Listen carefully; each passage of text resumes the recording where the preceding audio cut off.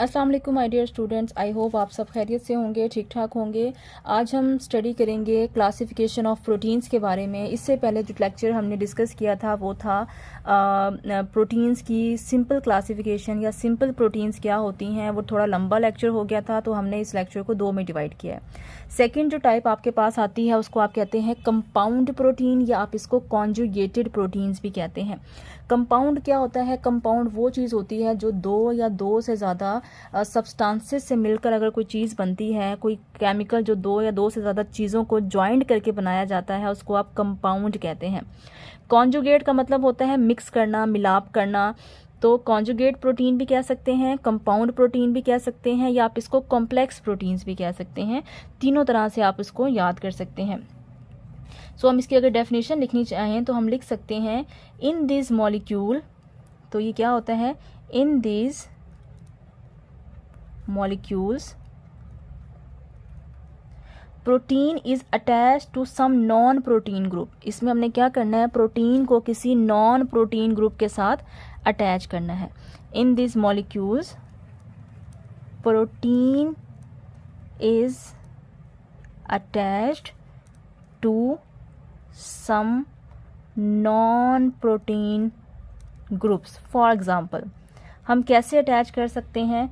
मिसाल के तौर पर हम इससे मुख्तलिफ किस्म की प्रोटीन्स बना सकते हैं, जैसे कि न्यूक्लियो प्रोटीन। अब इसमें आपको बता रहा है कि न्यूक्लियो प्रोटीन क्या है। हमने प्रोटीन के साथ न्यूक्लिक एसिड, जिसको आप डीएनए या आरएनए कहते हैं, उसको मिक्स कर दिया है, तो क्या बन गया है आपके पास? कंपाउंड प्रोटीन या कॉन्जुगेटेड प्रोटीन। सेकेंड टाइप आपके पास हो सकती है फॉस्फोप्रोटीन। फॉस्फोप्रोटीन आपको क्या बताती है कि आपने प्रोटीन के साथ क्या चीज़ ऐड की है? आपने प्रोटीन के साथ फॉस्फेट ग्रुप ऐड कर दिया है। ठीक है। तीसरी टाइप आप जो मेंशन कर सकते हैं वो होता है लिपोप्रोटीन। लिपोप्रोटीन क्या होती है कि प्रोटीन के साथ आप लिपिड्स को अगर अटैच कर दें तो उसको आप क्या कहते हैं? इसको आप लिपोप्रोटीन्स कह सकते हैं। फोर्थ आप लिख सकते हैं कार्बोप्रोटीन या ग्लाइकोप्रोटीन, कुछ भी लिख सकते हैं। ग्लाइकोप्रोटीन ज़्यादा बेहतर वर्ड है, आप ग्लाइकोप्रोटीन लिख लें, जिसमें आप क्या करते हैं? ग्लूकोज को प्रोटीन के साथ अटैच कर सकते हैं। और आप एग्जांपल लिख सकते हैं मेटालोप्रोटीन। मेटालोप्रोटीन्स क्या होती हैं? मेटालोप्रोटीन्स ऐसी प्रोटीन्स होती हैं जिसमें आप प्रोटीन्स के साथ किसी धात को या किसी मेटल को अटैच कर देते हैं। फॉर एग्जांपल आप आयरन को अटैच कर दें, आप मरकरी को अटैच कर दें, आप सिल्वर को अटैच कर दें, आप गोल्ड को अटैच कर दें, तो उसको आप क्या कहते हैं? उसको आप मेटालोप्रोटीन्स कहते हैं। तो बड़ा सिंपल सा कंसेप्ट है कि एक ऐसी प्रोटीन जिसमें आपने प्रोटीन के साथ कोई दूसरा नॉन प्रोटीन ग्रुप अटैच किया है, उसको आप कंपाउंड या कॉन्जुगेटेड प्रोटीन्स कहते हैं। उसके बाद हमारे पास जो लास्ट टाइप आती है, या जिसको आप थर्ड टाइप भी कह सकते हैं, इसे आप कहते हैं डिराइव्ड प्रोटीन। डिराइव्ड प्रोटीन्स वो प्रोटीन्स होती हैं जो कि नेचुरली अवेलेबल नहीं होती, बल्कि इनको हम क्या करते हैं? इनको हम किसी दूसरी प्रोटीन से, यानी कि कंपाउंड प्रोटीन से या सिंपल प्रोटीन से केमिकल रिएक्शन करके अखज़ करते हैं। उनको आप क्या कहते हैं? Derived protein. सो हम लिख सकते हैं these are the proteins, these are the proteins which are derived from simple or compound proteins। तो ऐसी प्रोटीन जिनको आप सिंपल और कंपाउंड प्रोटीन से मुख्तलिफ रिएक्शन करके ड्राइव करते हैं, उनको आप जो है वो ड्राइव्ड प्रोटीन्स कहते हैं। ठीक है जी। अब वो कहते हैं जो ड्राइव्ड प्रोटीन्स होती हैं ये आपके पास दो तरह की होती हैं। तो टाइप्स अगर हम लिखें ड्राइव्ड प्रोटीन की, तो हम लिख सकते हैं कि टाइप्स ऑफ डिराइव्ड प्रोटीन।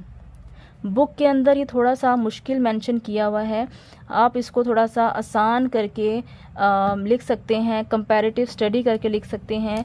दो तरह की आपके पास डिराइव्ड प्रोटीन्स होती हैं। इनको हम इस तरह से लाइन अप करते हैं कि हमारे पास जो दो तरह की डिराइव्ड प्रोटीन है वो कौन कौन सी हैं।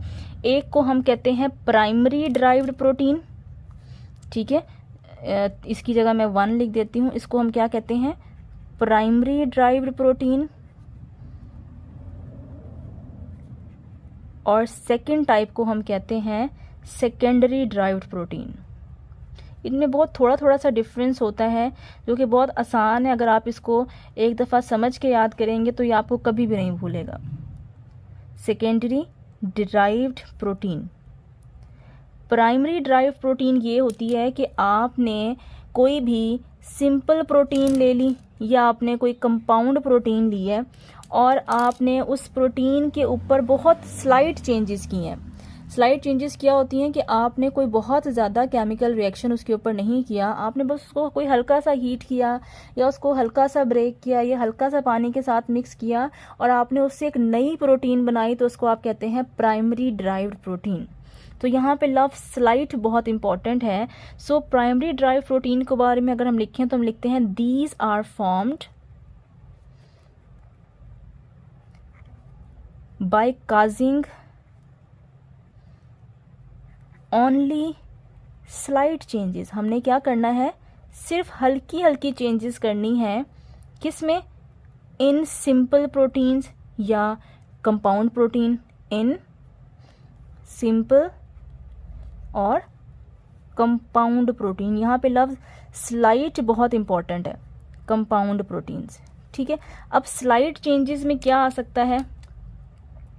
स्लाइड चेंजेस में आता है कि आपने इसका जो पेप्टाइड बॉन्ड होता है वो नहीं तोड़ना। यानी फॉर एग्जांपल मैं कहूँ जनाब एक अमाइनो एसिड ये है, एक अमाइनो एसिड ये है, एक अमाइनो एसिड ये है। ये अमाइनो एसिड आपस में किसके ज़रिए से जुड़े हुए होते हैं? ये वन अमाइनो एसिड है, ये सेकेंड अमाइनो एसिड है, ये भी अमाइनो एसिड है। इनके दरमियान जो बॉन्ड होता है that is called peptide bond. ठीक है, अब ये पेप्टाइड बॉन्ड की वजह से एक दूसरे के साथ जुड़े हुए हैं। प्राइमरी ड्राइव प्रोटीन में हमने जो है वो थोड़ी सी चेंजेस करनी है, उतना ज़्यादा इस पर केमिकल रिएक्शन नहीं करना कि इसका बॉन्ड टूट जाए। ठीक है, हमने बॉन्ड को उसकी जगह पे फिक्स रखना है। तो हम लिखेंगे there is no cleavage of peptide bond. यहाँ पे there is no cleavage of peptide bond. इसमें पेप्टाइड बॉन्ड नहीं टूटता। क्यों? क्योंकि आपने बहुत थोड़ी सी चेंजेस की हैं। या आप इसको लिख सकते हैं कि जब हम प्रोटीन को तोड़ते हैं या हम प्रोटीन को डीनेचर करते हैं बाय हीट और रेडिएशंस, तो क्या बनता है? Primary derived protein.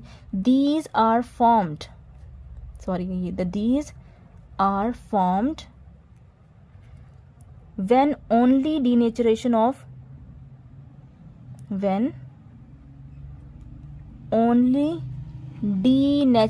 डीनेचरेशन क्या होता है? किसी भी चीज़ की नेचर को ख़राब करना। ऑफ प्रोटीन, आप प्रोटीन की नेचर को क्या कर रहे हैं? ख़राब कर रहे हैं। किसके ज़रिए से? बाय हीट और रेडिएशंस या रेज, आप कुछ भी लिख सकते हैं। तो क्या चीज़ बनती है? Primary derived protein. For example किसी प्राइमरी ड्राइव प्रोटीन का नाम बता दें तो एक है मायोसिन प्रोटीन। मायोसिन प्रोटीन कहाँ होती है? ये हमारे मसल्स के अंदर मौजूद होती है। ठीक है जी। फिर आ जाता है हमारे पास secondary derived protein. Secondary derived protein जो होती हैं these are formed by hydrolysis of simple और कंपाउंड प्रोटीन्स। ठीक है, इसमें हमने क्या करना होता है? इसमें हमने हाइड्रोलिसिस करनी है। हाइड्रोलिसिस स्लाइड चेंजेस नहीं होती। हाइड्रोलिसिस प्रॉपर एक केमिकल रिएक्शन होता है जो कि स्ट्रॉन्ग होता है, जिसकी वजह से ये जो बॉन्ड होता है ये क्या हो जाता है? ब्रेक हो जाता है। तो अगर स्ट्रॉन्ग रिएक्शन करेंगे, बॉन्ड को ब्रेक कर देंगे तो सेकेंडरी ड्राइव प्रोटीन कहलाती हैं। अगर आप थोड़ा सा चेंज करेंगे और बॉन्ड को नहीं तोड़ेंगे तो क्या बनता है? आपके पास प्राइमरी ड्राइव प्रोटीन होती है। तो बड़ा आसान सा कंसेप्ट है। अगर हम अब इसको यहाँ पे लिखें तो हम लिख सकते हैं these are formed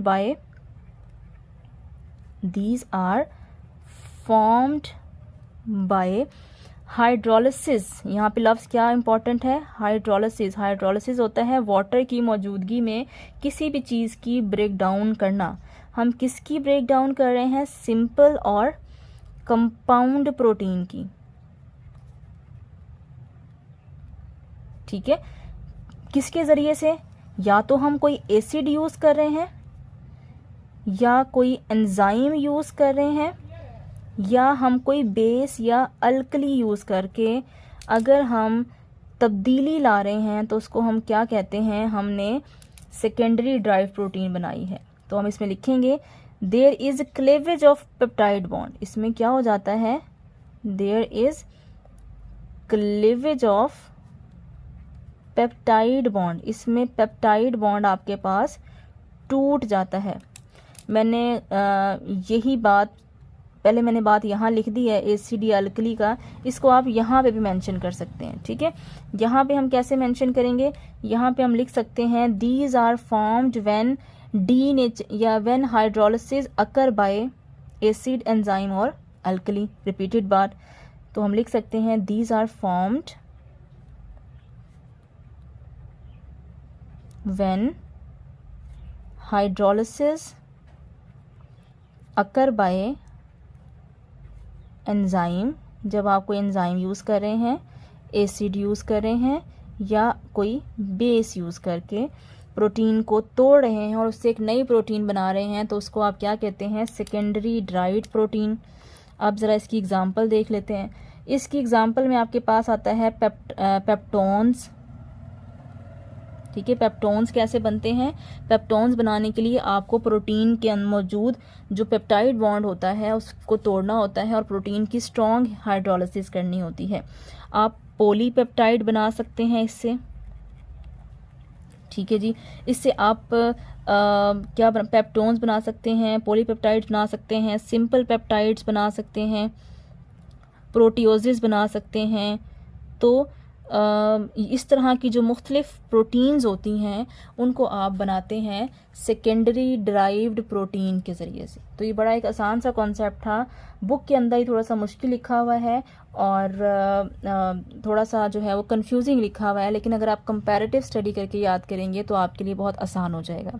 I hope आज का लेक्चर आपको समझ आया होगा। इसमें कोई भी कन्फ्यूजन है, कोई भी इशू है तो आप मुझसे पूछ सकते हैं। अगर वीडियो आपको पसंद आई है तो please like and share this video. Thank you so much. अल्लाह हाफ़िज़।